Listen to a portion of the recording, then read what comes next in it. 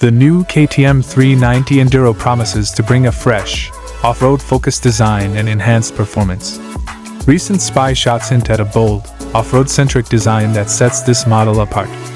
Based on the next generation 390 Adventure, the Enduro features a low-mounted bikini fairing, a distinctive beak-style front fender, and a streamlined tail section complemented by an Enduro-style flat seat.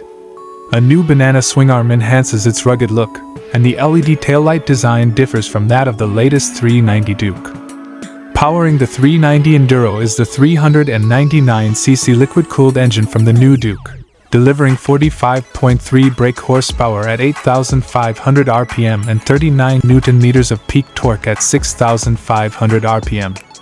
While it remains to be seen if KTM will offer unique tuning options or adjusted sprocket sizes to cater to the bike's off-road capabilities, the smooth 6-speed gearbox is expected to carry over without changes.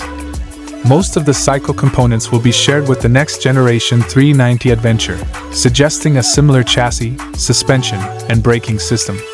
However, the Enduro is anticipated to sport a 21 and 18-inch wheel combination, wrapped in knobby dual-purpose tires, enhancing its off-road performance on various terrains.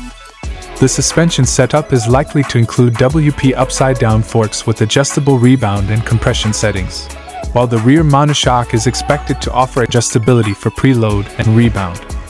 In conclusion, the new KTM 390 Enduro is shaping up to be an impressive addition to the lineup, designed for enthusiasts seeking an aggressive off-road motorcycle without compromising on performance.